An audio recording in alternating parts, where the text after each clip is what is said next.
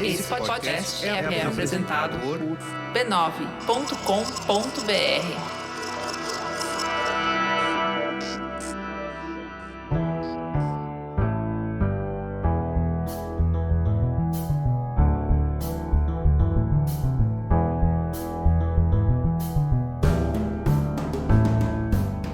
Mamileiros e mamiletes, bem-vindos ao nosso espaço de troca e diálogo de peito aberto. Eu sou a Cris Bartz. Eu sou a Juva Lauer e esse é o Mamilos.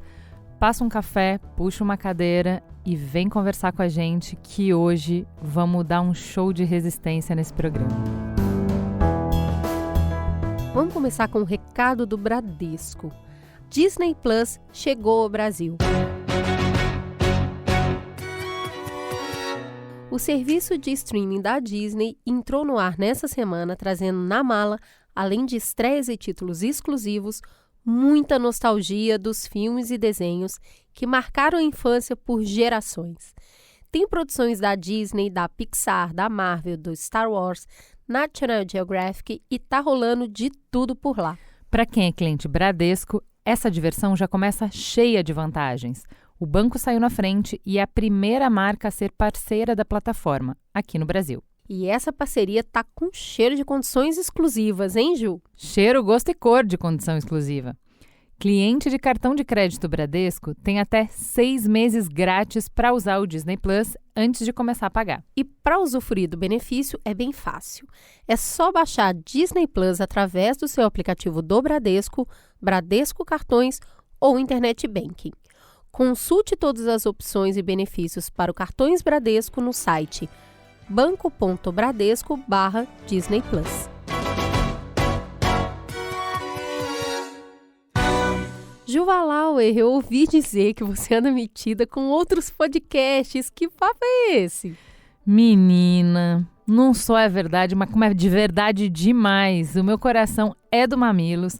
Mas eu e o Merigo estamos de volta com mais uma temporada do Código Aberto, o podcast do B9 de conversas francas com os profissionais do futuro. E ontem, amiga, entrevistei essa potência, esse portento de mulher que é a Adriana Barbosa. Meu coração tá transbordante. Se a traição à minha pessoa foi para entrevistar a Adriana, tá perdoado. Porque quem já conhece o Código Aberto sabe que ali é lugar para a gente conhecer os líderes das empresas e a forma como pensam o cenário de mídia, de tecnologia e de comunicação. Mas essa temporada traz novidades. Conta aí, quais são elas?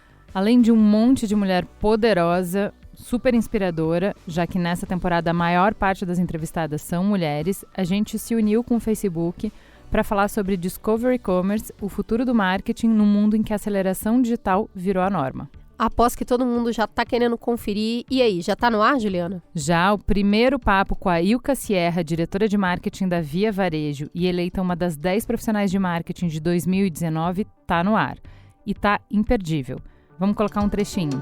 Então, na verdade, assim, dá friozinho na barriga? Dá, mas mais legal ainda é poder participar. Então, assim, alguém vai sentar naquela cadeira, alguém vai fazer esse projeto, por que não eu, né? E para quem quer ouvir essa e todas as conversas incríveis que vão acontecer no Código Aberto, é muito fácil. É só acessar códigoaberto.b9.com.br ou buscar por Código Aberto no seu aplicativo favorito onde você ouve podcasts.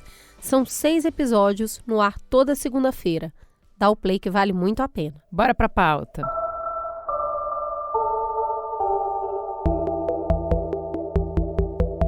Dia 26 de novembro, a gente vai completar 9 meses do primeiro caso diagnosticado de Covid no Brasil. Nesse período, a gente já acumulou mais de 167 mil mortos, o que leva a doença a se tornar a causa-morte com mais vítimas em um período já registrado no país. Nesse longo período de combate à pandemia, assistimos uma guerra de desinformação em um cenário de esforços desarticulados entre governo federal, estados e municípios. Essa falta de estratégia causou um rombo de 878 bilhões nas contas do governo central. É uma cifra 607% maior que o déficit previsto na Lei Orçamentária Anual. E todo esse dinheiro sem efetivamente produzir condições necessárias e suficientes para que a população pudesse realizar um isolamento eficiente. Dessa forma, cada estado e município tentou inventar a roda sozinho, articulando estratégias para proteger a vida das pessoas e minimizar o impacto econômico da crise. Mas sem cooperação, o impacto foi forte, tanto em perdas de vidas, quanto no empobrecimento das famílias. De abril a junho, o PIB sofreu retração de 9,7%. Essa é a maior queda da série histórica, iniciada desde 1996. Depois de um período tão longo, de um remédio tão amargo, estamos enlutados e exaustos. E quando esperávamos que a intensidade do ataque começasse a diminuir... Segundo a Organização Mundial da Saúde, impor medidas mais duras para conter a nova onda da Covid-19 na Europa pode salvar centenas de milhares de vidas. O número de novas infecções no continente europeu tem chegado a 100 mil por dia. Os Estados Unidos se preparam para uma segunda onda de coronavírus no país, o que poderia ser ainda pior, segundo o Centro de Controle e Prevenção de Doenças. Nos Estados Unidos, os casos de coronavírus já passam de 800 mil. Até agora, 45 mil pessoas morreram. E agora? Voltamos ao Dia da Marmota? Será que assim que as eleições municipais acabarem, a gente vai assistir o recomeço do isolamento social? Será que a gente vai dormir sonhando com Natal e acordar em março de novo? Hoje vamos tentar compreender quais são os desafios para enfrentar uma segunda onda do Covid. Para explorar esse tema, a gente pensou em promover o diálogo entre as respostas institucionais e coletivas que coordenaram estratégias de sucesso durante a primeira onda da doença. Na primeira cadeira, convidamos Gilson Rodrigues, empreendedor social, consultor e líder comunitário. Ele é líder do maior programa de urbanização da América Latina para a transformação de favela Paraisópolis em bairro com investimentos que já somam R$1 bilhão. Na segunda cadeira, convidamos Rodrigo Neves Barreto, o atual prefeito de Niterói. A cidade foi a única brasileira a receber um prêmio da ONU reconhecendo seu empenho no combate à Covid. O prefeito aceitou o convite, mas pouco mais de 30 minutos antes de iniciar a gravação, ele nos informou que não poderia comparecer.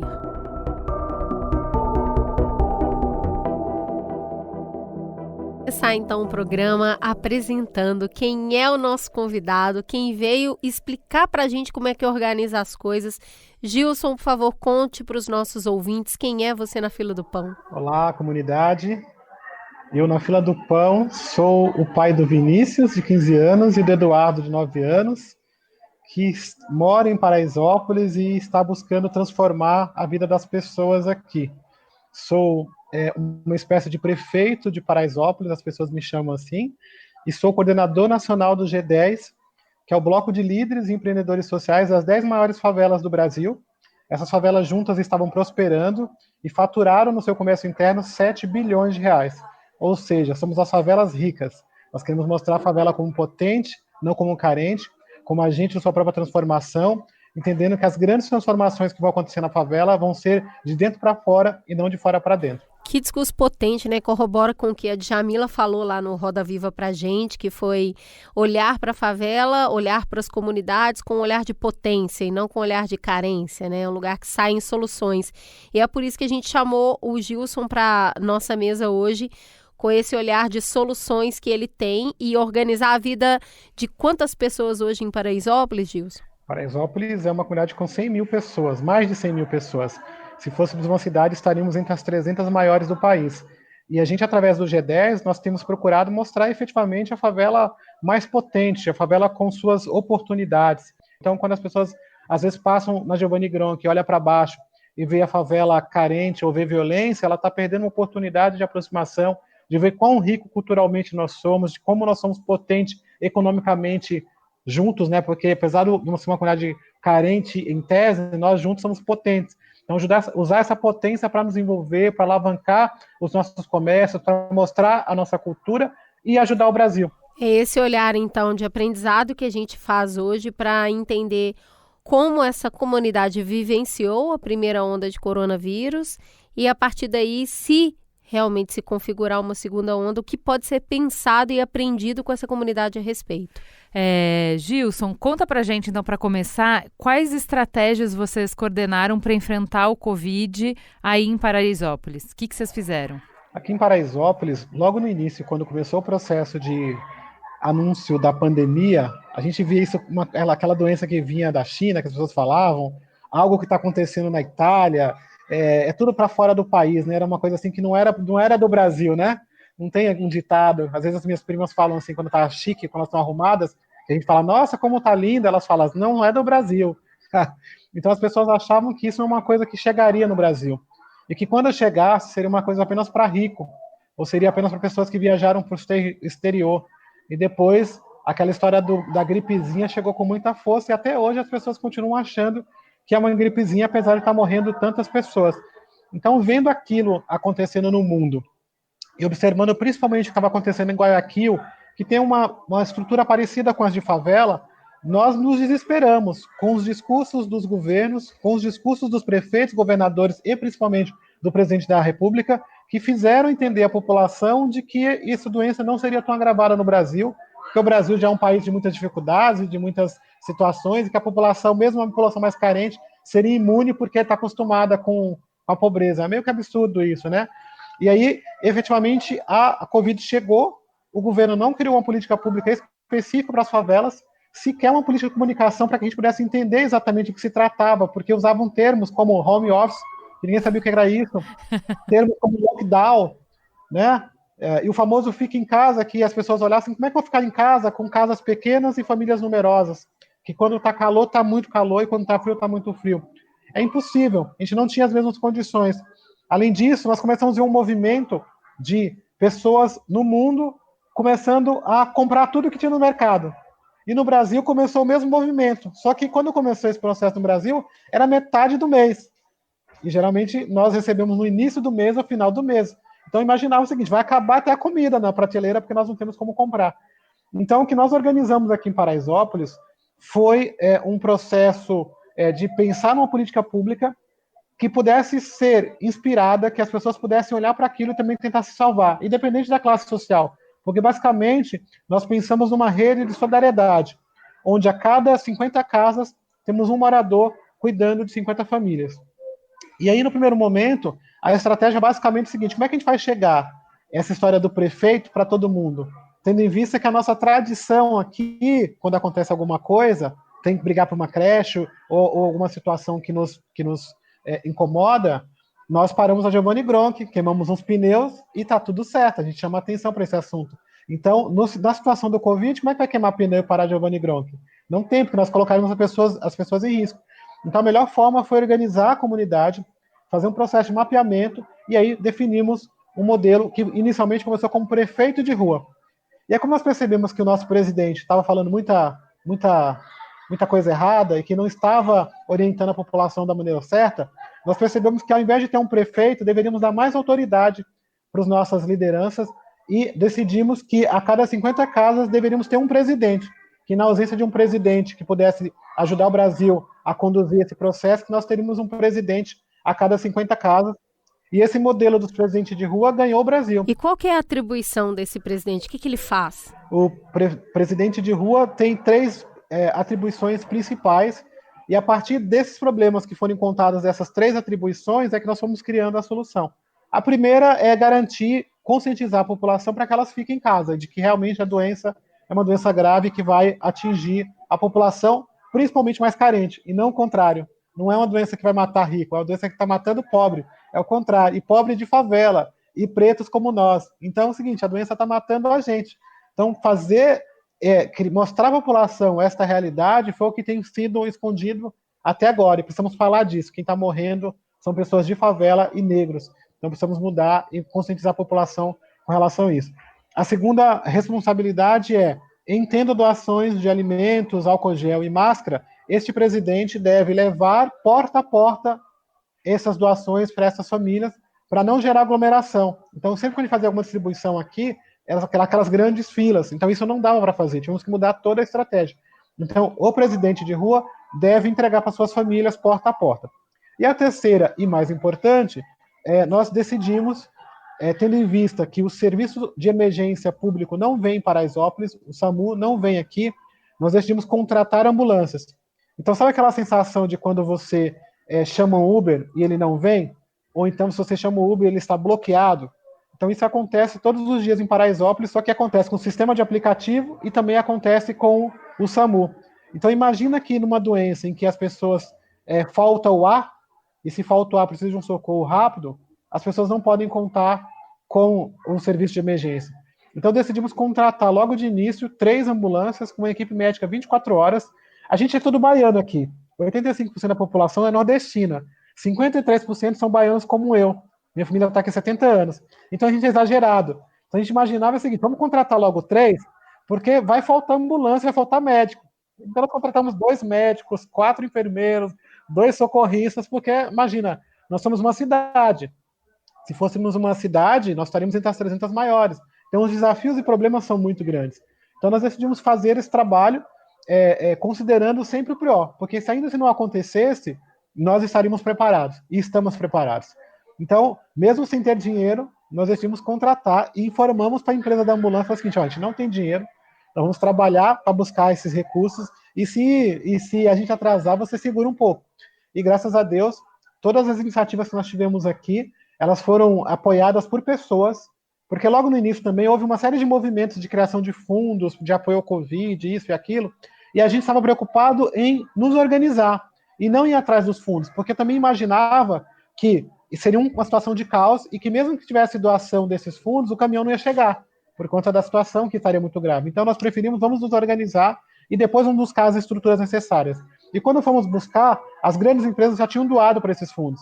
Então nós fizemos um processo de mobilização, e aí as pessoas começaram a nos ajudar. Então quem tem ajudado aqui para Paraisópolis são pessoas, mais de 8 mil pessoas, desde março, tem nos ajudado a manter esse trabalho, e algumas empresas também apoiaram, mas é um número muito menor com relação ao que foi, né? Agora que elas começaram a olhar, é o seguinte, olha, a gente deveria ter ajudado Paraisópolis, porque Paraisópolis efetivamente conseguiu criar alternativas, e nós fomos atestados pelo Instituto Polis de que a gestão que nós fazemos aqui em Paraisópolis com relação ao Covid é melhor do que a gestão da cidade de São Paulo, tendo em vista que a nossa taxa de mortalidade é a menor do país, para um território de favela. Me conta uma coisa, a gente está falando de quantos prefeitos e como vocês fizeram, qual foi a dinâmica de capacitação dessas pessoas, né? Você estava falando, não chega uma informação que ela é palatável para o nosso público.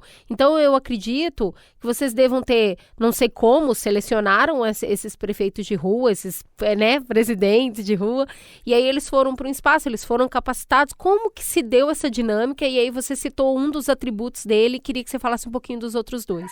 Olha, os nossos presidentes de rua, eles foram convocados assim, numa situação de desespero, e no primeiro dia apareceram 20 pessoas. A gente achou que foi o máximo ter aparecido 20 pessoas. Nós nunca imaginávamos que nós chegaríamos a 658 pessoas participando aqui do processo. Então, é um exército cuidando de 50 famílias, e 83% deste exército são compostos por mulheres. Em sua maioria, mulheres chefes de família, que, além de cuidar da sua família, têm cuidado de outras 50 famílias. Então, para mim, é um motivo de muito orgulho poder contar com essas mulheres, que no dia a dia, na verdade, são elas que têm atuado conosco, construindo essa nova Paraisópolis que nós temos feito. É uma luta que sem elas nós não teríamos conseguido fazer, e no momento de desespero, aquela mulher que às vezes a gente olhava até como aquela mulher brava, que vinha reclamar para a associação do córrego, ou que está faltando água, coisa do tipo, foram essas mulheres que vieram se unir conosco, que deram aquele primeiro exemplo. E aí, quando elas vieram, veio um batalhão que tem nos ajudado a conduzir esse processo e a transformar a nossa realidade. O mundo inteiro tem olhado para isso. E para a gente é muito triste, de alguma forma, o governo não ter reconhecido esse trabalho que as lideranças têm feito no Brasil. A gente tem feito um trabalho aqui que eles deveriam estar fazendo. E, de alguma forma, também a sociedade está apoiando isso, porque deixam falar sobre um novo normal que não existe. Esse novo normal é um novo normal em que a ambulância continua não vindo aqui. É um novo normal que, à véspera de uma segunda onda, continua faltando água. É um novo normal em que milhares de famílias estão morando em cima do córrego e que não conseguem viver em paz com o ar que fede. Então, esse novo normal não existe, porque está mais agravado devido à fome e o desemprego. Então, precisamos fazer chegar essa informação para mais pessoas, porque falaram para mim que o Brasil seria melhor, que o Brasil seria mais humano, que seria mais solidário. Mas a realidade é que as pessoas vivem de um novo normal, cada um cuidando da sua vida e esquece das pessoas que mais precisam.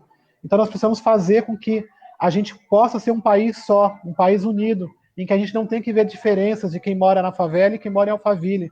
Não devemos pregar dois Brasis. Nós temos que nos unir para que o Brasil possa superar essa crise sanitária e nos preparar para essa crise econômica, onde novamente é a população mais carente que vai sofrer. Então eu me sinto aqui uma pessoa que parece que tem, apesar de toda a repercussão que nós temos tido aqui, que parece que tudo o que nós temos feito aqui é em vão, que as pessoas não estão olhando para o que nós estamos fazendo ou que não estão entendendo o que nós estamos fazendo. Ao mesmo tempo que a gente tem despertado das pessoas. São 300 favelas replicando o modelo dos presidentes de rua e se organizando, que viram que o governo não vai fazer a sua parte, mas que nós podemos ter força para nos organizar e contar com o apoio da sociedade. Mas é muito difícil, é muito complicado, e as pessoas ajudam na hora da tragédia, sabe? Existe uma grande comoção e existe uma ajuda daquele período. Depois as pessoas acham que passa, e na verdade as dificuldades são ampliadas, mas nós temos buscado criar soluções, temos criado alternativas para que as coisas deem certo, entendendo que se a gente convocar a sociedade, mostrar que é possível unir o Brasil, a gente consegue. Hoje, nós tivemos uma experiência muito importante aqui na sede do Pavilhão Social, que foi a visita de 2 cônsuls, o cônsul-geral de Israel, Alon Lavi, e o cônsul dos Emirados Árabes Unidos, Ebrahim Shalem. Foi uma coisa incrível, são 2 países que estão em disputa, que estão em guerra, e que aqui em Paraisópolis conseguiram se unir para ajudar as pessoas, assinando um acordo de paz e de promoção. Então é isso que nós temos buscado inspirar, de que é possível unir coisas que a gente olha e fala assim, somos diferentes, mas somos um só, né? Temos que ser um só. E quando a gente entender que nós estamos todos unidos, o Brasil vai viver um momento de paz e o mundo também. Então foi muito bonito o que aconteceu aqui hoje. Com base no que você falou a respeito dessa organização que vocês fizeram, teve esse prefeito de rua, essa pessoa que começou a orientar e prestar essas primeiras informações para a comunidade. Você também falou sobre o valor econômico que é gerado dentro da própria comunidade. Como ficaram esses negócios, esses pequenos negócios, como que eles sobreviveram durante essa primeira onda, durante esse início de Covid? Muita gente fechou. Como que eles se reinventaram? Conta um pouquinho pra gente como foi essa experiência de março até agora. Nós, aqui em Paraisópolis, eu sou presidente da União dos Moradores e do Comércio de Paraisópolis. Então eu sou também uma espécie de presidente da Associação Comercial. E nós decidimos fazer um programa de apoio ao nosso comércio e a negócios de impacto social.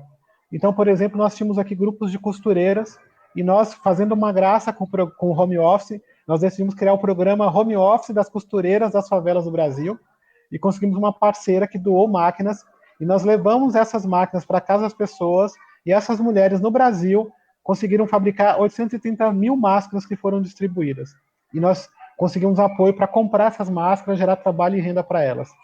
Também temos um programa, por exemplo, aqui, chamado Mãos de Maria, em que nós pegamos os 10 restaurantes que nós temos aqui da comunidade, sabíamos que esses restaurantes poderiam quebrar, e nós contratamos eles para fazer marmitas e formamos 55 cozinheiras, montamos cozinhas nas casas delas e começamos a comprar as marmitas dessas mulheres também. Nós temos produzido por dia 5 mil marmitas sendo distribuídas diariamente. Chegamos a um pico de 10 mil marmitas sendo distribuídas e no dia 16 de outubro nós chegamos a 1 milhão de marmitas distribuídas em Paraisópolis. Então isso era um negócio que seriam fechados e que nós decidimos apoiar esse negócio, buscar doações, porque, a princípio, quando nós pensamos, quando nós pensamos na iniciativa das Mãos de Maria, distribuição de marmitas, é porque nós percebemos que 3 regiões aqui em Paraisópolis, elas poderiam ser mais agravadas se batesse o vento do Covid, né? Então, é uma região chamada Grotão, a região do córrego chamada Caixa Baixa e a região do Pé Inchado. Essas regiões são mais vulneráveis por relação a questões ligadas a álcool e outras drogas. Então, as pessoas já estariam debilitadas. Nós decidimos oferecer marmitas, porque se batesse esse vento, elas estariam mais fortalecidas e apareceriam assintomáticas. Então nós decidimos cuidar das pessoas. Então isso também foi um negócio que ajudou mulheres aqui da comunidade, criamos cozinhas, e nosso plano, inclusive, é criar 1000 cozinhas no Brasil inteiro. Também, para ajudar as pessoas a poder se alimentar, também nós criamos hortas comunitárias, levamos projetos de hortas na laje, e começamos a pegar esses produtos e colocar mais baratos nos sacolões de Paraisópolis. Então fomos criando alternativas. E aí percebemos que tinha um público muito específico, que é o público das diaristas, porque nós estamos numa região nobre que usam muito o serviço da diarista, e essas diaristas começaram a voltar para a gente e falar, olha, me mandaram embora, ou perdi, não tenho como mais fazer faxina, porque a patroa me dispensou, e eu só vou poder voltar depois do Covid. Mas dispensaram elas com a mão na frente e outra atrás, como fala lá na Bahia. Então nós decidimos criar um programa chamado Adote uma Diarista. E aí nós conseguimos cestas básicas para essas diaristas, kit higiene, foram 1.032 diaristas adotadas só em Paraisópolis, 7.000 diaristas adotadas no Brasil através do G10, e 300 delas aqui em Paraisópolis, por exemplo, nós conseguimos doar R$300 por mês durante 3 meses, para que elas pudessem comprar, para elas puderem ter esse apoio nesse momento. Então fomos criando iniciativas e também criamos um cartão, que é um cartão Vale Alimentação, porque a gente começou a perceber que as cestas demoravam mais para chegar, começamos a ter problemas, e aí fechamos uma parceria com algumas instituições e fizemos vários cartões de 50, de 100 e de R$200, e esse cartão era utilizado no nosso comércio local. Para você ter uma ideia, o nosso comércio local, ele emprega 21% da população que trabalha. São 14.000 pontos comerciais em Paraisópolis. Então, muitos deles são formais, mas muitos informais. Então, o dado do desemprego nem aparece aqui essas pessoas. Então, se a gente tivesse nosso comércio aquecido, a população consumindo aqui na nossa comunidade, era manter os empregos, era fazer circular a economia, e há um risco, inclusive, de a gente crescer. Porque nós temos um momento, inclusive, de como nós somos concentrados e a população estava mais aqui, ela consumiu mais aqui. Então a gente acredita muito nessa potência de que nós concentrados, apesar de ter uma renda menor, essa concentração de pessoas e de renda, ela vira um número muito grande. Então em Paraisópolis circulou no comércio local em 2019 R$708 milhões. Um bom número. É bastante coisa. E não pode ser ignorado. Muita coisa foi feita, então uma comunidade se organizou, muitas pessoas se envolveram, teve uma adesão, eu acredito que também devam ter sido enfrentados muitos desafios nessa adesão. E então, quer dizer, de fevereiro para cá, a gente aprendeu muita coisa. Vocês aprenderam aí, os profissionais da área de saúde que estavam trabalhando aprenderam muito também. E a gente conversou com a Denise Ornelas, que é uma mestra em saúde coletiva e em saúde da família. Ela é diretora de comunicação da Sociedade Brasileira de Medicina de Família e Comunidade, além de coordenar o grupo de trabalho de mulheres na medicina de família e comunidade da SBMFC. Ela já esteve aqui no Mamilos com a gente, ela deu uma aula falando sobre SUS, e a Denise veio nos contar, na parte da medicina, o que já se sabe sobre Covid. Se em fevereiro a gente estava falando que quem tinha que ficar isolado era quem estava sintomático, quem estava já com tosse, com febre, com dor no corpo, enfim. A partir de final de março, começo de abril, a gente já começou a ter estudos científicos mostrando que 2 grupos apresentavam a possibilidade de transmissão, independente de estarem sintomáticos ainda. Pessoas que estavam doentes, mas que iam ficar sintomáticas o tempo inteiro, que não iam apresentar sintomas, mas que durante a sua contaminação iriam propagar o vírus pelo ambiente, e pessoas que apresentariam sintomas em 2, 3 dias, mas que nesse momento inicial, já contaminados, já replicando o seu organismo, mas ainda não apresentando sintomas, também poderiam começar a disseminar o vírus pelo ambiente. E por isso a OMS mudou, inclusive, sua recomendação para que todas as pessoas usassem máscara a maior parte do tempo possível quando fossem ter contatos com as outras pessoas, no sentido de protegermos o outro, né? Um pacto coletivo. Se eu não sei se eu estou ou se eu estou pré-sintomático, eu já uso a máscara porque eu evito que você se contamine. E se você também, né, que está convivendo comigo, faz a mesma coisa, estamos coletivamente ajudando uns aos outros. O aprendizado de que o vírus ele se propaga muito mais nos ambientes fechados do que nos ambientes abertos, de forma que a gente possa manter algumas atividades ao ar livre, mantendo o distanciamento social de 2 metros, pelo menos entre uma pessoa e outra. A gente aprendeu os tempos da doença. Então, os médicos, os pesquisadores, biólogos, farmacêuticos, imunologistas perceberam mudanças no comportamento do vírus ao longo do tempo que a pessoa fica doente. Então, hoje a gente sabe que os primeiros dias eles não são os mais críticos, mas observando essas pessoas eu consigo perceber ali quais são os principais determinantes que podem me levar a desenvolver um quadro mais grave ou os sinais que me demonstram a possibilidade de uma pessoa desenvolver a doença na sua forma mais grave. Então, imunologicamente, a gente sabe que existe um segundo momento na doença, né? Depois ali dos 5, 7 dias, onde os pacientes ficam mais críticos, onde a gente já se beneficia do uso do corticoide em alguns casos. A gente aprendeu que o vírus, apesar de in vitro no laboratório, não se replicar muito bem, ser inibido sua replicação por alguns agentes farmacológicos que foram tentados. Na prática, na vida real, isso não tem resultado.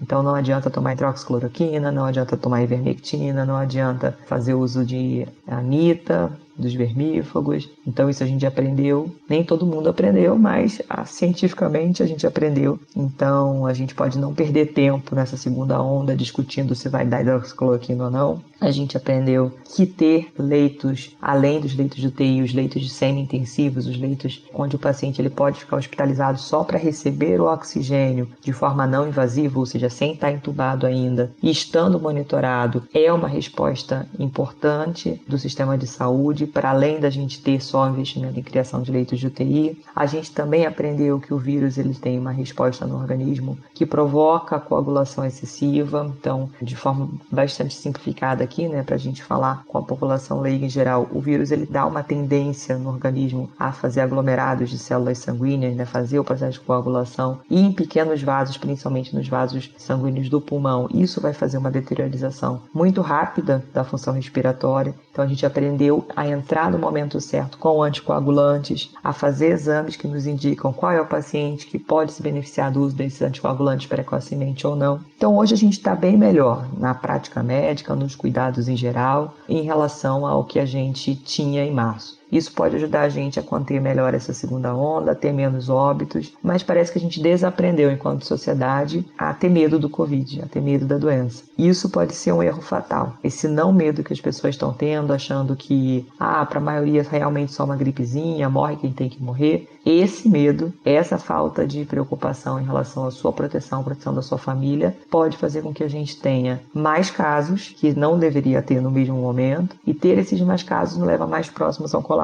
novamente do sistema de saúde, seja público, seja privado. Porque agora, além da segunda onda, a gente pode ter a segunda onda das doenças crônicas, dos hospitalizados porque não fizeram as cirurgias que eram necessárias, etc, etc, etc. Então, é bem preocupante. Diante desse cenário, Gilson, a gente queria entender como você percebe o cuidado das pessoas com elas mesmas e com as famílias, e as doenças que já existiam numa comunidade tão grande. A gente sabe que hipertensão, diabetes, são doenças muito comuns na população brasileira, e muitas deixaram de ser tratadas durante esse período de primeira onda. A gente queria entender como que você enxerga esse recado da Denise, que é, olha, a gente já aprendeu bastante coisa e a gente precisa continuar a ter cuidado. Como que isso reverbera dentro da comunidade? Essa fala da doutora Denise, ela vem de encontro ao momento e essa sensação que nós estamos tendo agora. Na verdade, tem uma turma que já cansou do Covid, só que o Covid ainda não cansou da gente, né? Então não adianta a gente fazer esse relaxamento, esse novo normal, se a nossa realidade é que continuam morrendo pessoas e que essa segunda onda se emenda com a primeira. A gente não vai ter esse momento de relaxar e respirar para nos preparar para uma segunda onda. Na verdade, nós deixamos de fazer a lição de casa e continuamos não fazendo a lição de casa, tendo em vista que as pessoas estão considerando que tudo bem morrer as pessoas, né? Só que isso é muito mal. Eu tive em velórios de pessoas que morreram de Covid, e a situação é uma situação de calamidade.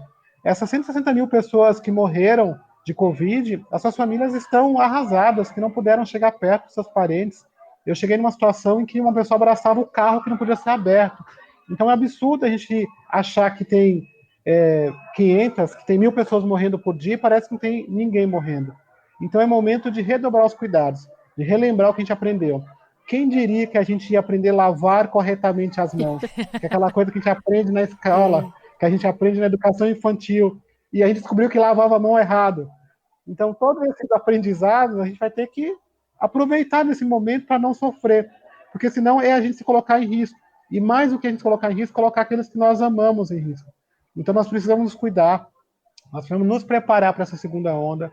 É certeza de que vai haver um aumento de casos, a gente está percebendo isso já nos últimos dias, e achar desculpas para não fazer é nos colocar em risco, porque o Brasil é um país tropical, porque aqui tudo tem uma desculpa para não fazer, né? Então, mas é um momento da gente redobrar.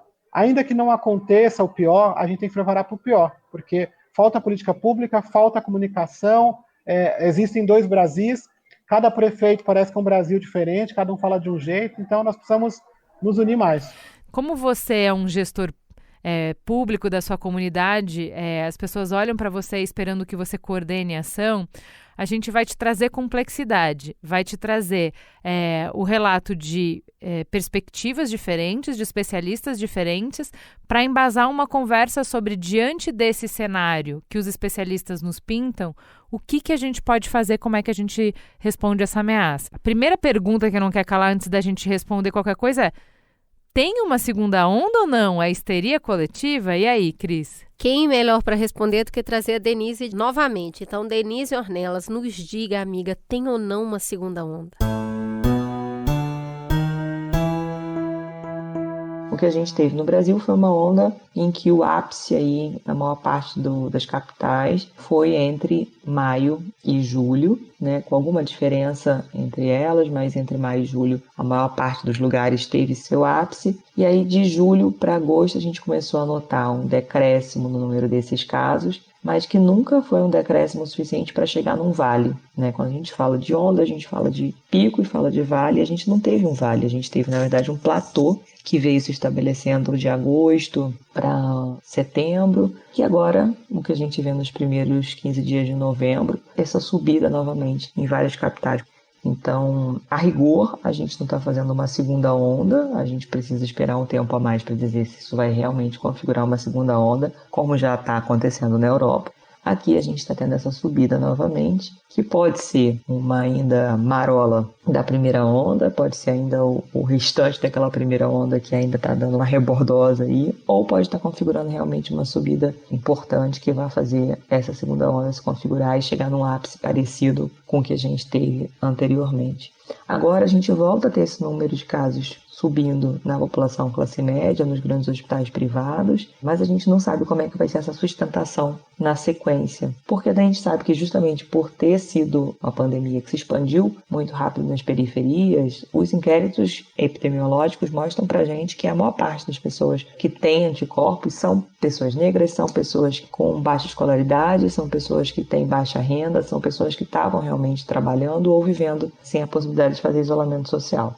Então, a gente precisa ver esse comportamento da curva como vai ser, entender que essas diferenças e as desigualdades podem até ter antecipado que uma parte da população periférica, preta, pobre, já tenha essa imunidade. E outra hipótese que a gente tem, que a gente nunca pode descartar, é observar essas questões relacionadas ao que a gente chama de sazonalidade. Se o vírus realmente não teve nenhum tipo de mutação, se não está tendo um incremento desses casos também por reinfecções, ou seja, pessoas que já tiveram a doença estão infectando novamente. São pontos a observar para a gente poder saber se realmente isso que está acontecendo agora vai configurar uma segunda onda, nacionalmente falando ou não. De qualquer forma, quando a gente fala que os números não estão baixando, que a gente está num platô e que a gente não tem nenhum motivo, como você explicou antes, Gilson, para se preocupar menos com a doença, que a gente cansou do Covid, mas o Covid não cansou da gente, o que nos dá alguma esperança é uma vacina. E aí a gente pergunta para a Denise, a vacina vai nos salvar? A gente pode liberar geral que vem uma vacina e, gente, não precisa de mais medidas, vamos apostar na vacina e boas? Olha o que ela responde.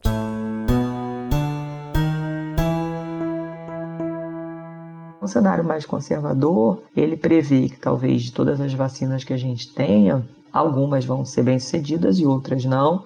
Aí que a nossa capacidade de produção, ela realmente vai aumentar gradativamente entre 2021 e 2022, mas que essa vacinação em massa ela não acabaria antes do final de 2022 e início de 2023. Um cenário mais conservador implica em a gente considerar que as indústrias têm interesses financeiros, então que essa distribuição da vacina ela não vai ser de forma equânime para quem realmente precisa mais primeiro, mas para quem possa pagar. e isso significa que a gente continuaria tendo a circulação do vírus entre as pessoas mais pobres, o que no Brasil faz com que o vírus esteja circulando em todos os lugares, porque a gente usa esta massa de trabalhadores para todas as funções essenciais de limpeza, portaria, de segurança pública, né? Então, essa circulação continuaria acontecendo em detrimento da gente conseguir ter um SUS como a gente gostaria, que financeiramente tivesse investimento suficiente para conseguir fortalecer as ações de cuidado dos segmentos mais pobres, né, da população.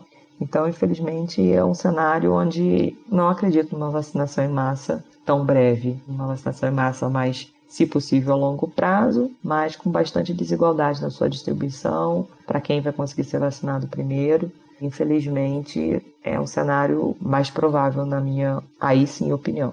A vacinação em massa acontecendo, como eu falei, 22, 23, a gente chegando em índices aí de imunização que fosse suficiente para a gente não se preocupar com o vírus o tempo todo, seria um mundo que a gente pudesse não usar máscara, que a gente pudesse aglomerar, abraçar, não limpar as coisas excessivamente, esquecer o álcool gel. Será que é esse o mundo pré-Covid que a gente está desejando? A gente precisa realmente saber que esse vírus ele não tem um grau de mutabilidade e de variação genética sazonal. Então a gente está chegando, mais uma vez eu repito, a 1 ano do mundo com Covid. A gente precisaria ver nos próximos anos se essa circulação do vírus ela não causa mutações que podem fazer com que a vacina que mal seja lançada, ela já esteja desatualizada. Então imaginem, o mundo inteiro não tem só pessoas, mas tem animais também contaminados com esse coronavírus. Já foi encontrado coronavírus no tigre, em animais domésticos, em vários tipos de animais diferentes. Se a gente tem uma mutação desse tipo, por exemplo, e o vírus volta a circular, é impossível a gente imaginar que seja desenvolvida uma vacina que tão rápido se torne novamente um processo de vacinação em massa e a gente volte ao mundo pré-Covid. Esse é um cenário difícil da gente imaginar, né? Acho que psicologicamente a gente fica afetado por essa ideia de não voltar a esse mundo pré-Covid. Que horas a gente vai poder voltar a comemorar Ano Novo, Carnaval, Réveillon, sem medo, poder fazer planos, poder pensar numa vida como era a vida antes. Infelizmente, hoje, a vacinação em massa ela não garantiria isso, não temos como afirmar isso. Mas aí, né, Gilson? Se a gente sabe que da perspectiva da saúde o cenário não mudou e não vai mudar nos próximos 2 anos, muito provavelmente, então assim, não dá para cansar do vírus, porque ele, como você falou, não vai cansar da gente, a gente tem que entender o seguinte, a gente tem fôlego para encarar mais fases de isolamento. Para entender isso, a primeira pessoa que a gente quis ouvir foi o Alexandre Coimbra do Amaral. Ele é psicólogo, formado em BH, trabalhou com vítimas de violência familiar e se capacitou para trabalhar na atuação em contextos desafiadores e em profundo conflito. E aí ele falou o seguinte: Quando a Covid chegou em março, nós precisamos sair de 0 a 100 numa velocidade estonteante, aceleradamente, para aprender a viver dessa nova forma. Então a gente foi se fechar em casa, trazer os trabalhos para dentro de casa, trazer a escola para dentro de casa, se acostumar a usar álcool em gel, máscara, etc., distanciamento social, a ausência das pessoas queridas e tal. 8, 9 meses se passaram e nós estamos chegando no final do ano muito exaustos desse modelo, sem disponibilidade interna para fazer uma segunda rodada de adaptabilidade ao vírus, se vier uma onda pior. Então, o maior problema de saúde mental para mim que eu vejo é a necessidade de recrudescer cuidado, aumentar a proteção diante da exaustão. Então a pergunta maior é como nós vamos lidar com a exaustão. E essa resposta, para mim, não é individual, é uma resposta coletiva. Mesmo que estejamos num estado da vida em que nós não podemos coletivizar a presença, nós precisamos coletivizar o apoio. O apoio não precisa ser presencial. Bom, as pessoas estão exaustas, né? Elas não têm essa... Se você falar para qualquer pessoa, vem uma segunda onda, tem que voltar todo mundo para casa, ninguém aguenta tolerar essa ideia. Ao mesmo tempo, a gente foi perguntar, as empresas têm fôlego para isso? E quem vai responder é a Bárbara Alves, analista de Unidade de Inteligência Empresarial do Sebrae Minas. De fato, os pequenos negócios sentiram de forma bem intensa os impactos da crise causada pela pandemia de Covid-19. Com a flexibilização gradual dessas medidas de isolamento, a redução do pessimismo em relação à recuperação da economia e a retomada dos níveis de confiança dos agentes econômicos, os pequenos negócios conseguiram ter um fôlego para ir reagindo diante desse cenário adverso. O que percebemos atualmente é que boa parte desses negócios já percebe uma melhora, principalmente no que diz respeito a questões de faturamento. Nós não temos condições de avaliar nesse momento quais seriam as medidas adotadas para conter esse novo avanço. Mas falando de um cenário conjuntural, o ambiente de negócio agora é melhor do que foi no auge da crise. Ou seja, nós temos vendas com trajetória positiva após um longo período de queda, melhora nos índices de confiança e na expectativa das pessoas, das famílias e dos empresários em relação à retomada econômica. O desemprego, embora esteja ainda elevado, nós podemos perceber também que o mercado de trabalho vem apresentando dados positivos e tudo isso significa que agora é possível se preparar melhor para reduzir ou minimizar os impactos negativos aos negócios. E a questão agora é estar atento às mudanças, né? Buscar conhecimento, estar por dentro do que vem se alterando em termos de comportamento consumidor e buscar novas formas de inovar no negócio. E agora a gente vai trazer a última opinião, que é a perspectiva econômica do país, macroeconômica. O Brasil tem fôlego para entrar numa segunda onda de combate ao Covid? Quem vai nos trazer essa perspectiva é o Marco Antônio, professor da Unicamp, pesquisador do Núcleo de Economia Industrial e da Tecnologia e do SECOM. Ele já esteve com a gente nos programas sobre privatização. A gente tem uma queda, né, da atividade econômica de forma bem significativa, seguido por uma breve recuperação, dado a implantação do auxílio emergencial e de algumas outras medidas. Isso faz com que parte da atividade econômica volte através da injeção de poder de consumo para a população, mas a questão central é que a atividade não volta plenamente e de forma homogênea entre as diversas atividades. Enquanto alguns setores se recuperam, algumas atividades se recuperam de forma rápida, outras vivem uma crise profunda.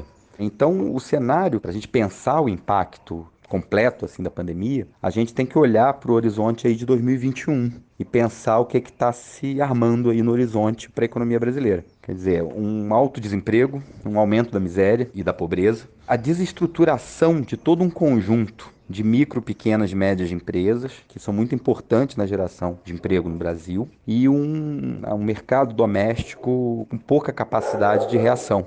Então, eu acho que o cenário, para a gente pensar e a gente começar a entender o impacto completo da pandemia, a gente já tem que olhar para o horizonte de quando acabar o auxílio emergencial, né, e o efeito dessas outras medidas, e o que vai ser o cenário econômico aí para 2021. Quer dizer, a gente vem de um período de lockdown mal planejado, mal coordenado, que acabou se prolongando e produzindo poucos efeitos, acompanhado de uma estratégia de enfrentamento econômico das consequências da pandemia, também mal sucedida e também muito mal coordenada e muito ineficiente em diversos aspectos. Soma-se a isso uma certa insistência do governo federal no negacionismo tanto da pandemia quanto da possibilidade de uma nova onda. Então a gente tem um cenário um tanto catastrófico, né? Porque, em primeiro lugar, você tem uma certa indisposição, uma certa aversão da população já a esse processo, em que a comunicação do setor público, do governo federal não ajuda, e que a memória da própria população em relação às consequências, aos efeitos do primeiro lockdown é a pior possível. Mas aí a gente quis saber dele como é que o Estado poderia amenizar o impacto dessas medidas de isolamento, porque a gente tem aqui um cenário difícil de um puxa e um empurra, né? Enquanto a área técnica da saúde fala, gente, o Covid não está menos perigoso e ele não vai ficar menos perigoso, num cenário próximo, a gente vai ter 1-2 anos de aprender a conviver com essa doença. o que o governo federal, o que o Estado poderia fazer para que o impacto na economia e na vida das pessoas fosse diminuído? Os países que melhor enfrentaram a pandemia, geralmente eles combinaram um pacote aí de medidas que garantiu acesso à renda para a população que teve que paralisar suas atividades econômicas, garantiu capital de giro para esse conjunto de pequenas, micro e médias empresas continuarem existindo e garantiu um pacote de estímulos econômicos subsequente ao isolamento social que fizesse com que a atividade econômica se restabelecesse. Esse pacote, quer dizer, essa combinação de medidas, em geral, foi aquela que apresentou melhor resultado, né? Primeiro porque ela garante um lockdown efetivo. Isso é o que garante, no final das contas, um menor número de óbitos. Depois, porque são medidas que têm como preocupação justamente evitar uma certa desestruturação do sistema econômico local. Então, também garante que a retomada econômica seja feita de forma mais rápida. E depois, assim que o isolamento social acabou, um pacote também de estímulos, quer dizer, a retomada dessa atividade econômica, bem para a economia voltar a um certo estado de normalidade. De onde que virão os recursos? Virão do mesmo lugar que vieram da primeira vez, quer dizer, da capacidade do Estado poder criar poder de compra de forma adiantada, quer dizer, seja através da expansão da dívida pública ou seja através da emissão monetária. Eu acredito que o governo federal deveria pensar em esquemas de financiamento do gasto público de forma mais ousada, utilizando a capacidade de emitir sua própria moeda ou formas de atuação que acabam dando no meio do Banco Central atuar comprando diretamente títulos do Tesouro. Eu acho que isso que é fundamental, a gente entender que os recursos públicos eles não ficam ali numa caixinha, né? O Estado tem capacidade de criar sua capacidade de gasto, de adiantar gastos em relação a receitas, e, portanto, isso tem que ser usado num momento de crise, né? Tanto crise sanitária quanto de crise econômica, em que você tem uma demanda muito fraca e, portanto, não será uma injeção de um estímulo monetário que vai criar um processo inflacionário. Eu acho que isso não tem muito cabimento. Então, a gente tem que pensar de forma séria sobre o que fazer e sobre utilizar amplamente os instrumentos que o Estado tem para resolver esse tipo de cenário de crise. Então, olha aí, ó. Pintamos para você um cenário complexo que você não precisa de nenhum especialista para sentir no encontro com as pessoas e no que qualquer uma das pessoas de Paraisópolis, quando vem na sua frente, senta na sua mesa te contar, elas trazem tudo isso. De um lado, ela perdeu alguém muito querido, como você acabou de relatar, para a doença e está apavorado pela doença. Do outro lado, ela tem essa necessidade de sair de casa tanto por uma questão psicológica, da gente estar enjaulado, emparedado, tanto pela questão financeira de que eu preciso trabalhar, isso não é mais sustentável. E aí, entendendo esse cenário complexo, com tudo que a gente aprendeu com a primeira onda, considerando todo o cansaço que a gente está, todos os prejuízos que a gente tomou, como é que a gente enfrenta agora essa segunda onda? Mais uma vez, nós não temos alternativas a não ser enfrentar. Se correr, o bicho pega, se ficar, o bicho come. Então nós temos que enfrentar o bicho. Sem política pública, sem presença do Estado, contando com o apoio das pessoas, reaprendendo e sabendo efetivamente que nós vamos acabar tendo mais casos, nós vamos ter mais mortos, seja um pico, um platô, seja que nome que vai se dar isso, mas ele pode se agravar muito mais. O que a gente vai fazer com isso? Que novo Brasil é esse? Que novo normal é esse? Então precisamos fazer alguma coisa urgente, considerando o pior. Mas, diante de um Brasil tão dividido, todo mundo quer dividir o seu, faria pouco o meu pirão primeiro, como falava minha titia, de 108 anos, eu acho que nós vamos construir consensos. Então, se não dá para avançar em tudo, é possível avançar com algumas coisas. Então, onde é possível ter consenso, vamos avançando, vamos melhorando, vamos criando condições de avançar e assim criando uma unidade, pelo menos em algumas hipóteses, em algumas relações, em alguns meios. Eu acredito nisso. Foi assim que nós temos construído o nosso trabalho aqui em Paraisópolis. É uma cidade, então nós também temos muitas cores, né, muitas religiões, muitas pessoas que dividem por tudo, e a gente fala, não, onde é que é consenso? Consenso é asfaltar a rua? Vamos asfaltar a rua. Consenso é brigar por um hospital? Então, onde há consenso é possível avançar. Eu acho que no Covid nós precisamos achar um consenso no Brasil para que a gente possa avançar e avançando aos poucos, e com esse avanço diminuir o número de casos e de mortes no Brasil. Gilson, falando em consenso, eu vi uma fala sua foi ali em agosto, setembro, falando um pouco sobre as escolas, né? Que na periferia, em Paraisópolis, as crianças já estavam na rua, elas não estavam presas dentro de casa, e essas mães que estavam se desdobrando, muitas vezes trabalhando, cuidando da casa e ainda prefeita de rua, também tinha que olhar para essas crianças que estavam ali, muitas delas sem nenhum tipo de apoio de companheiros, com essas crianças já estavam na rua. A gente estava começando uma conversa já estruturada sobre uma reabertura parcial de escola e aí, de repente, começa a pintar uma possível segunda onda. Como que vocês enxergaram o caso da ausência da escola, né? Não tem esse lugar onde as crianças ficam para aprender, para socializar e para permitir uma saída segura dos pais de casa. E como que você enxerga isso para uma possível segunda onda? O papel da escola ela é muito importante para as crianças. Eu acho que eu tenho um filho pequeno, então quando o meu filho aprende alguma coisa na escola, seja lavar as mãos, a proteção para alguma coisa, ele traz para casa e ele corrige.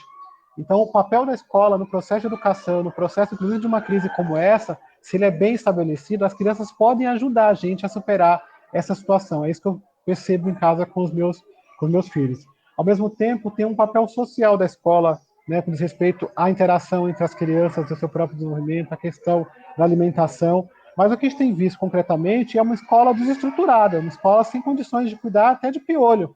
O próprio prefeito aqui de São Paulo disse, se a escola não tem condição de cuidar de piolho, imagine de cuidar da proteção do Covid. Então a gente fica muito dividido, porque nós sabemos que aumentou os casos de abuso sexual, por exemplo, de violência doméstica, mas também o papel que a escola cumpre nesse momento. Então tem que achar um meio termo de como a gente pode conduzir. Não é uma realidade que as crianças estão tendo aulas online, é uma realidade que as crianças estão na rua, que elas não têm internet, que não têm equipamento, e que não foi criada efetivamente uma política efetiva para poder resolver esse problema. A gente continua com as crianças na rua aqui, as crianças expostas a todo tipo de situação, voltando para suas casas e também expondo as suas famílias. Precisamos criar efetivamente estruturas para esta retomada. Não é essa a realidade hoje. A realidade é que as escolas estão esburacadas, a realidade é que as escolas estão sem telhados, não tem lousa, não tem papel no banheiro, não tem água. Então, essa é a situação da realidade das escolas do Brasil, e nós deveríamos aproveitar esta situação da crise para melhorar as escolas, já que precisamos retomar. A partir mesmo do exemplo de Paraisópolis, nós ocupamos aqui 2 escolas estaduais, nós reformamos essas escolas da melhor qualidade, transformamos elas em residências e devolvemos ao Estado ela numa condição superior. Essas 2 escolas em Paraisópolis não precisam de mais nenhuma adaptação, elas estão prontas para retomar, se assim for definido. Ainda assim, as nossas famílias aqui, nós temos 22 mil alunos em sala de aula aqui em Paraisópolis, em 15 escolas. 70% da nossa população decidiu que não quer voltar. A gente não deseja voltar até ter condições efetivas de proteção. E não é porque a gente não está sentindo e nós não estamos sofrendo com essa situação, é porque nós estamos com muito medo. Porque somos nós que estamos mais vulneráveis nessa situação e temos medo de perder os nossos entes queridos, principalmente os mais idosos.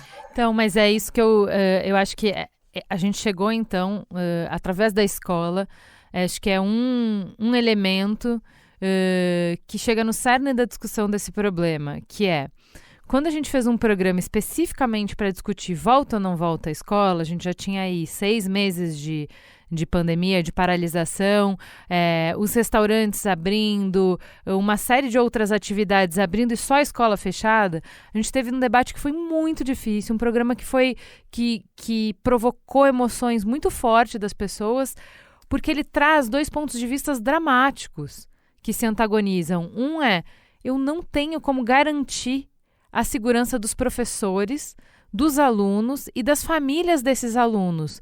Do outro lado, todas essas questões que você trouxe de que a escola tem um papel social, uma função social enorme. A gente, na impossibilidade de chegar a uma resposta, o que a gente concluiu no programa? Bom, então não volta. Se a gente não consegue chegar em lugar nenhum, então não volta. Com o programa, no jeito que a gente está hoje, que a gente não tem visibilidade.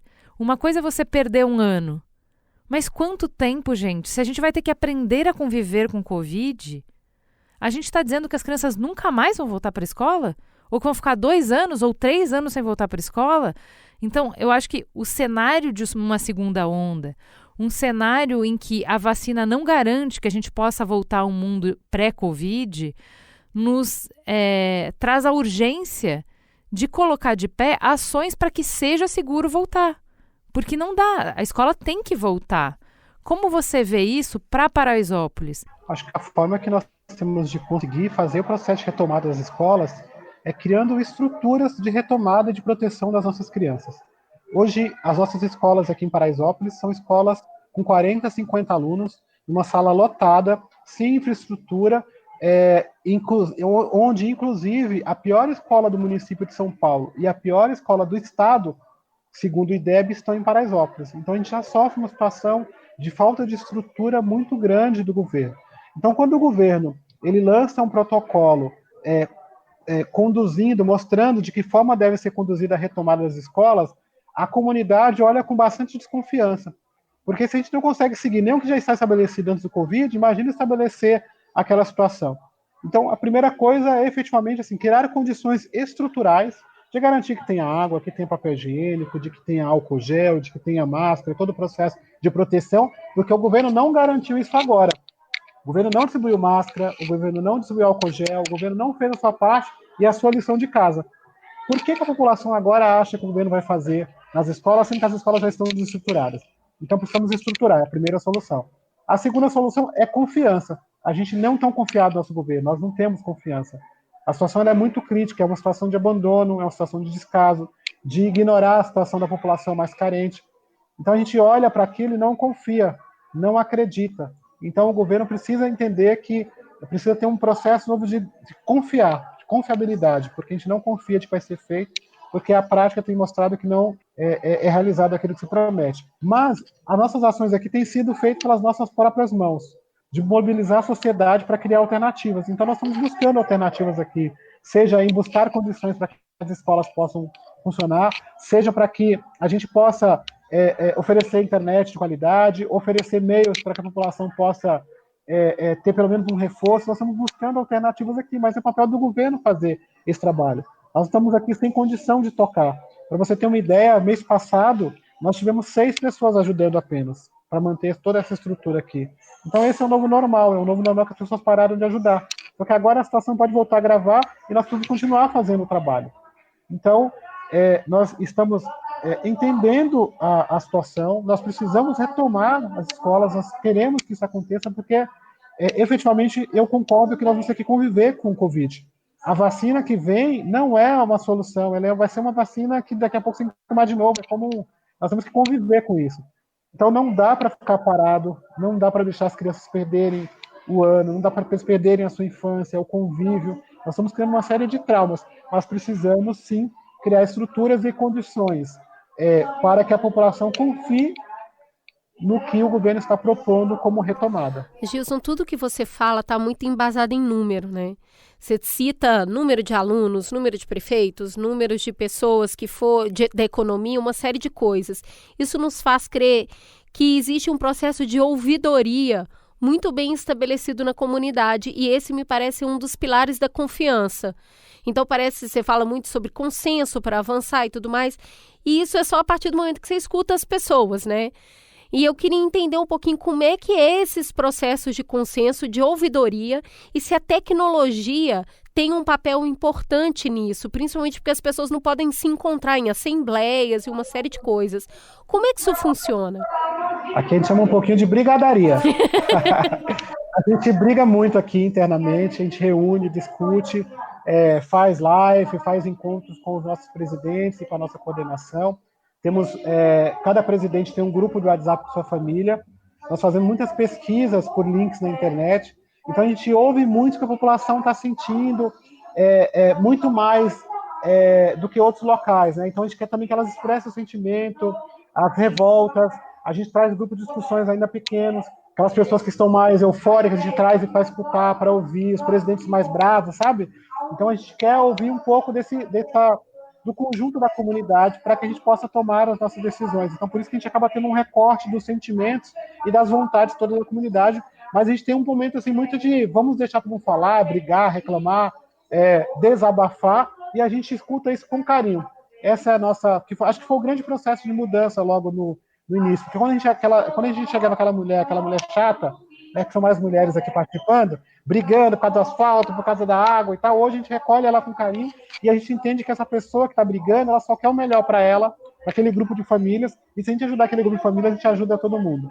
Então, a tecnologia para a gente ajuda bastante, nós temos as nossas redes sociais, que é bem intenso o processo, nós acompanhamos as famílias por grupos do WhatsApp, e nós temos reunidos os presidentes com distanciamento, com proteção e escutado. Então, a gente tem feito algumas assembleias para ouvir a população e fazer as distribuições de alimentos, de cestas. Não sei se vocês conseguem ouvir ao fundo, por exemplo, está tendo uma reunião agora com as famílias. Então, aqui é muita vida. Um dos grandes desafios para esse isolamento, ou enfim, para as medidas de prevenção, é conquistar a adesão dos jovens. Porque naturalmente eles têm um risco menor e porque naturalmente eles estão imbuídos do espírito de invencibilidade da juventude, Deus abençoe, inclusive. E eles precisam viver, eles têm a urgência de que um ano não pode ser perdido, em que a vida não pode ser perdida e que tudo é agora, nesse instante. Como é que vocês lidam com isso aí em Paraisópolis? Porque a gente sabe que tem tido uma série de aglomerações, de que existe uma dificuldade de explicar para o jovem que expõe a vida dele a risco saindo para trabalhar, que na hora que ele vai namorar, que na hora que ele vai curtir um pouco a vida, ter algum pouco de lazer, ele não pode porque ele tem que preservar a vida da comunidade. Como está sendo essa conversa aí? Para nós aqui em Paraisópolis é um grande desafio. 35% da população são jovens de 15 a 29 anos aqui em Paraisópolis, que é a população que quer viver, né? E também está vulnerável à falta de oportunidades, ao desemprego, então tudo é muito mais intenso para essa juventude. A nossa receita aqui, ela foi conscientizar o jovem e trazer os jovens para ser os presidentes, de que apesar de que eles são menos vulneráveis à questão do vírus, eles tinham pai, mãe, avó e vô, e todo mundo quer viver como eles. Então, a maioria dos nossos presidentes de rua são jovens que têm atuado no processo de proteção e têm entendido isso. Óbvio que a gente não consegue engajar todos os jovens, e nós temos um fenômeno do baile funk aqui, que é muito famoso. Então, você tem o baile aqui, mas nós conseguimos, com os comerciantes, conscientizá-los para que, neste período, o baile não voltasse a acontecer. Então, nós estamos desde final de março, sem o baile da 17 ocorrendo, e começou a ter um início de volta agora nos 2 últimos finais de semana, mas a gente vai buscar conversar para que a gente segure esses eventos por enquanto, até a gente conseguir entender se realmente vem uma segunda onda neste momento. Mas nós estamos aqui numa comunidade bastante unida, entendendo a gravidade da situação. Nós também estamos trabalhando com a comunidade para criar alternativas de trabalho e renda, porque as pessoas que vão no baile, por exemplo, são trabalhadores que precisam, que dependem desse processo. Então, nós estamos pensando toda a comunidade como uma cidade que tem um plano específico de controle e que precisa se unir. Então, a gente tem feito e dando o exemplo, à medida que a gente consegue estabelecer, ganhar 1, ganhar 2, ganhar 3, e vai crescendo e todo mundo vai se unindo nesse processo todo. É como se a gente tivesse vários beija-flor aqui, cada um pegando um pouquinho de água e jogando nesse grande incêndio e dando sua contribuição. Se tiver mais gente fazendo isso, daqui a pouco a gente consegue superar esse grande incêndio. Mas a sua perspectiva muda quando você percebe que o horizonte de luta não é uma corrida de 100 metros rasos, mas é uma maratona? Porque uma coisa é você dizer, gente, vamos combinar aqui, olha nos meus olhos, não tem festa, acabou festa, você não vai morrer se você ficar 1 mês sem festa. Você não vai morrer se você ficar 6 meses sem festa. Gente, eu sei que tá difícil. Vamos para 1 ano, mas 1 ano a gente vai conseguir. Quando a gente vê a perspectiva de 2 anos, 3 anos, isso muda a sua abordagem? Como que a gente pode oferecer alternativa para não dizer, ó, nunca mais vai fazer festa? O que dá para fazer? A gente não tem que construir uma outra resposta? A nossa realidade aqui, enquanto liderança, é que já fazem muitos anos que nós estamos numa maratona. Essa maratona não é nova, nós já estamos lutando aqui há muito tempo. Então, ela é mais um desafio que nós temos que enfrentar. E toda vez que parece um desafio como esse, e que parece que a gente vai perder, elas nos dá mais energia, mais força para a gente tentar nos superar, para achar alternativas onde antes não tinha alternativa nenhuma. Então, é assim que nós temos feito, nos reenergizando a cada problema e buscando unir mais as pessoas e conscientizar aqueles que podem ajudar a nos ajudar. Eu imagino que cada vez que a gente faz isso, a gente consegue salvar vidas. Salva um, salva dois, salva três, eu não sei quantos são. Dizem que se a gente salvar um e ajudar um, nós estamos ajudando o mundo. Então nós estamos fazendo a nossa parte. Porque se todo mundo achar de que a gente não tem mais fôlego, já não dá, a gente vai para casa, desiste, e o famoso fica em casa vira uma realidade, mas não fica em casa e que as pessoas vão morrer em casa.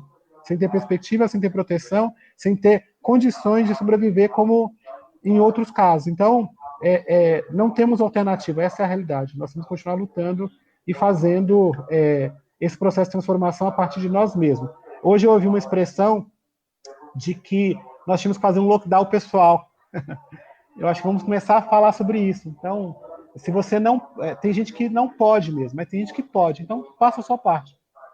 Eu acho que cada um fizesse um pouquinho a sua parte, a gente vai conseguir amenizar e controlar, conseguimos outras alternativas de melhorar as condições de saúde da população. Gilson, muito obrigada. Foi muito bom esse papo com você. Apesar da gente não ter se visto pessoalmente, que é uma coisa que a gente adora ter aqui no estúdio, que é receber as pessoas, eu sinto como se você tivesse me dado um abraço, sabe? Aquele abraço com 2 braços, assim. É a mesma coisa, como se eu já conhecesse vocês. Adorei. Que bom. A nossa casa é a sua casa. Seja sempre muito bem-vindo ao Mamilos e obrigada por compartilhar tanta perspectiva, tanta energia de mudança e foco, que eu acho que é uma coisa que a gente está precisando agora. Temos que resistir. Eu não tenho alternativa aqui. Não tem alternativa. Se eu me desanimar, aí você vai ver o vale. Mas não queremos o vale, não. Nós queremos o pico de coisas boas. Obrigadão. Tá bom? Obrigada. Um beijo, obrigado. Beijo, fica bem, se cuida. Que conversa, hein, Cris? O Gilson explodiu minha cabeça. Precisamos fazer a síntese, mas antes eu precisava de um recadinho. Vamos falar de Cambly?